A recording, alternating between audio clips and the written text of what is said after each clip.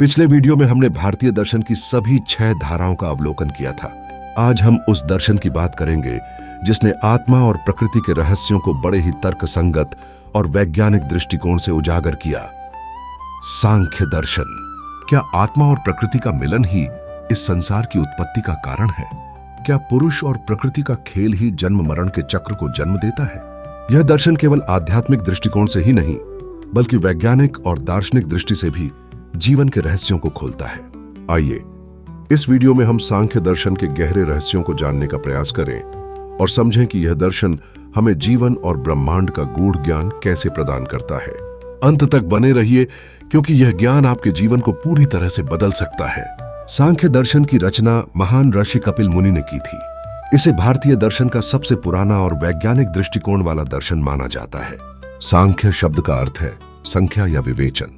कपिल मुनि ने अपने गहन ध्यान और आत्मानुभूति से ब्रह्मांड के मूल तत्वों को खोजा और उन्हें 25 तत्वों में विभाजित किया। ये तत्व सृष्टि की उत्पत्ति और जीवन के मूलभूत तत्व हैं। कपिल मुनि का मानना था कि यह सृष्टि प्रकृति और पुरुष के संयोग से उत्पन्न होती है। पुरुष शुद्ध चेतना, अव्यक्त और निष्क्रिय। प्रकृति सृजन की जननी, सतत गतिशील और परिवर्तनशील। लेकिन यह मिलन मोक्ष की ओर ले जाता है या बंधन की ओर?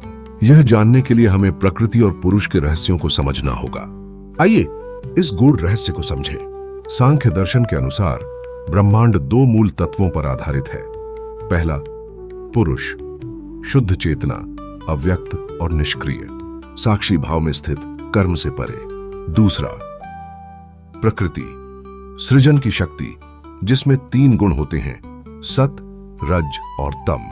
सतोगुण शुद्धता और ज्ञान का प्रतीक, रजोगुण गति और क्रियाशीलता का प्रतीक, तमोगुण जड़ता और अज्ञानता का प्रतीक। जब पुरुष और प्रकृति का संयोग होता है तो सृष्टि की उत्पत्ति होती है।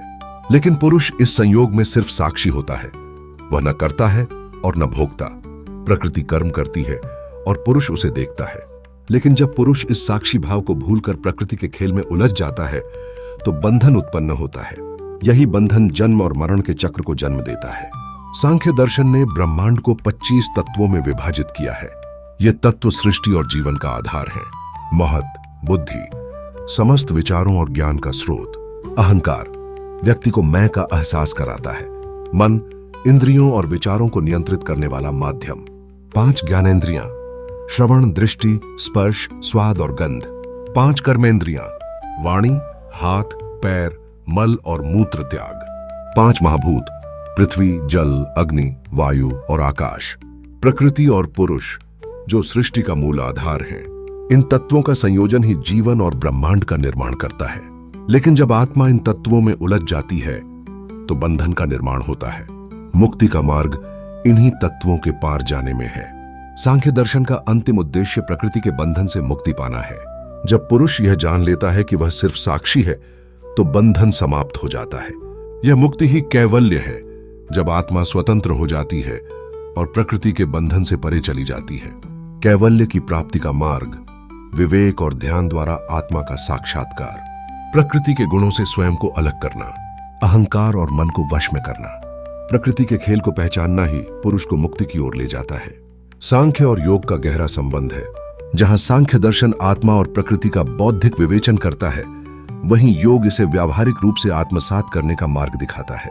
सांख्य आत्मज्ञान का मार्ग है, योग आत्मानुभूति का साधन है। योग साधना पुरुष को प्रकृति से अलग कर आत्मा के साक्षी भाव तक ले जाती है।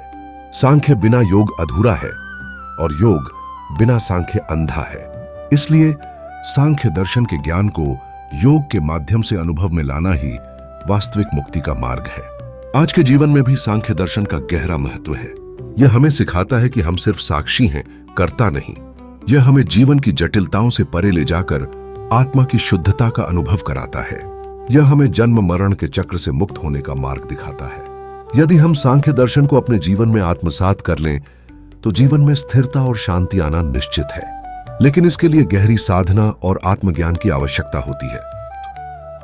सांख्य दर्शन हमें प्रकृति और पुरुष का भेद समझाकर जीवन में मुक्ति का मार्ग दिखाता है। यह दर्शन केवल बौद्धिक ज्ञान नहीं बल्कि आत्मा को प्रकृति के बंधनों से मुक्त करने की विधा है। यदि यह वीडियो आपको पसंद आया तो इसे लाइक करें, अपने विचार कमेंट में साझा करें और चैनल आत्मविस्तार को सब्सक्राइब करना न भूलें। हम आगे भी आपके लिए ऐसी ही अद्भुत आध्यात्मिक सामग्री लाते रहेंगे। अगले वीडियो में हम योग और सांख्य के गहरे संबंधों पर चर्चा करेंगे। जुड़े रहिए आत्मविस्तार से। मिलते हैं अगले वीडियो में। तब तक के लिए ध्यान और आत्मज्ञान में डूबे रहें।